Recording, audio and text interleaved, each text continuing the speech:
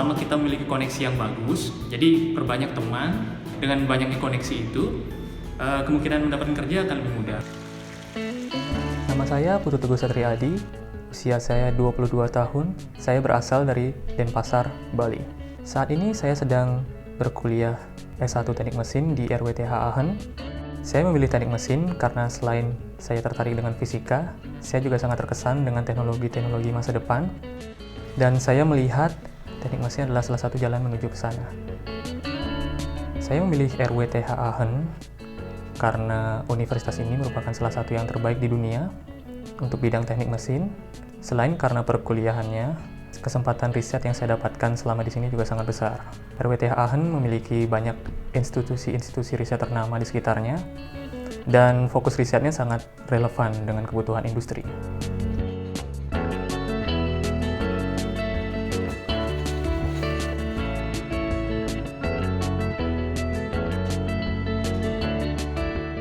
Universitas di Jerman memungkinkan kita untuk menggarap tema yang sangat relevan dengan kebutuhan industri, dan sekarang ini saya sendiri sedang mengerjakan skripsi dengan tema yang disiapkan oleh Siemens AG yang temanya adalah additive manufacturing atau 3D printing.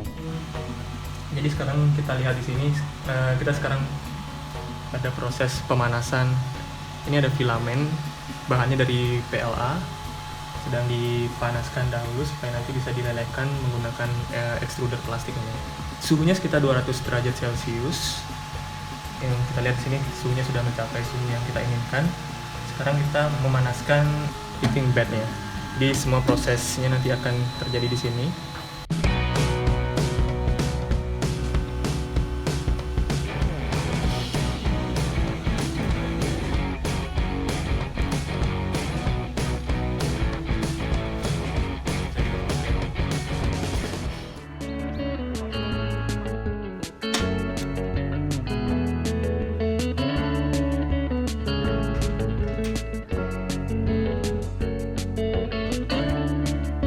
Sekarang saya sedang berada di tahap akhir pengerjaan skripsi saya.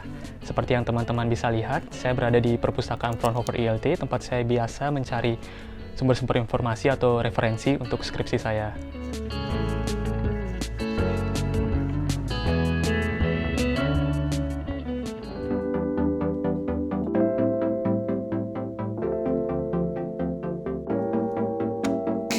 Jadi ini komponen pembakaran gas turbinnya yang saya print di mesin 3D printer logam. Ini saya hancurkan dan kurang lebih hasilnya seperti ini. Tujuannya adalah saya ingin mengukur kepadatan dari bagian ini. Dengan cara saya nantinya akan potong di sini dan ini akan di-embed di sini.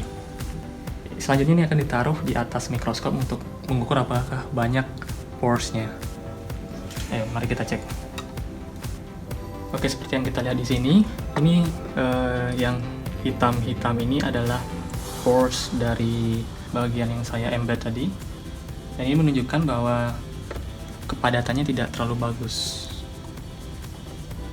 Jadi sebenarnya parameter yang saya cari itu tidak hanya mempercepat proses produksinya, tetapi juga mempertahankan kualitas dari komponen ini akan supaya tetap baik. Selain terlibat dalam riset 3D printing, saya juga terlibat dalam riset lainnya, yaitu pengembangan tekstil touchpad yang dinaungi di bawah institut lain yang namanya ITA atau Institut untuk Tekstil. Awalnya ini adalah sebuah tugas kelompok yang harus saya kerjakan di semester 6. Kala itu saya bekerjanya bertiga dengan dua teman lainnya, satu dari Latvia dan satu lagi orang Jerman. Tekstil touchpad ini adalah sensor touch yang seperti kita bisa lihat bisa dilihat layar HP atau untuk penggerak mouse di laptop contohnya. Tapi yang membedakan adalah ini berbahan tekstil yang memungkinkan kita mengintegrasikan mulai dari bahan-bahan tekstil yang ada di mobil sampai ke yang sehari-hari kita gunakan, yaitu baju. Seperti yang saya katakan tadi, awalnya adalah tugas kuliah, project thesis.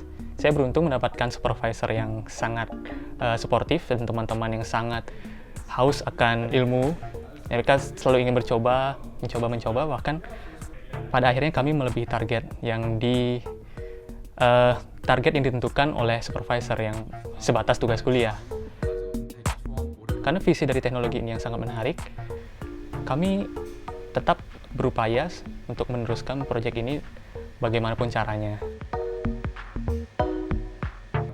Tego ist jemand, der auch sehr arbeitsam ist, also man kann sich auf ihn verlassen. Das schätze ich sehr an Menschen, wenn man dann Absprachen miteinander trifft, dass die auch eingehalten werden.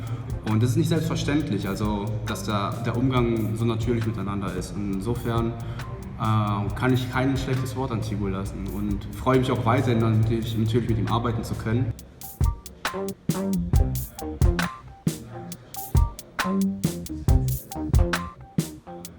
Oke, sekarang saya mencoba menanggapi pertanyaan dari Tovan Prihantoro terkait dengan S2 melalui biaya sendiri dan sambil bekerja part-time serta prospek kerjanya. Menurut pendapat saya, selama pengalaman saya di sini, usia bukan merupakan kendala selama kita mempunyai kompetensi yang layak. Jadi kita bisa kuliah dan bekerja part-time. Kendalanya mungkin kalau kita langsung S2 dan bekerja part-time, akan ada, kita mungkin terasakan lebih, mungkin di awal akan terasa kaget ya, karena sistem perkuliahan di Jerman, terutama di Aachen yang notabene-nya cukup susah, akan cukup sulit untuk membagi waktu untuk belajar ujian dan kerja, karena jujur saya juga mengalami hal itu di awal-awal, jadi mungkin membutuhkan waktu dulu untuk pembiasaan. Itu cukup sulit tapi bukan tidak mungkin ya. Dan untuk prospek kerja, selama kita memiliki koneksi yang bagus, jadi perbanyak teman, baik itu teman kuliah ataupun teman di kolega-kolega riset yang nanti saat kita tesis atau mungkin kerja atau part-time sebagai asisten riset, itu harus diperbanyak. Dengan banyaknya koneksi itu, kemungkinan mendapatkan kerja akan lebih mudah. Karena saya sendiri mengenal partner riset saya selagi di Fraunhofer, dia mengerjakan master thesis S2. Sekarang dia sudah diterima kerja di Siemens langsung. Dan ya itu tadi pentingnya koneksi.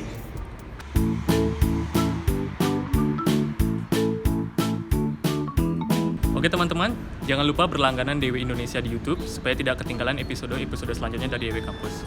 Bagi yang punya pertanyaan, silahkan tulis di kolom komentar. Terima kasih. Cheers!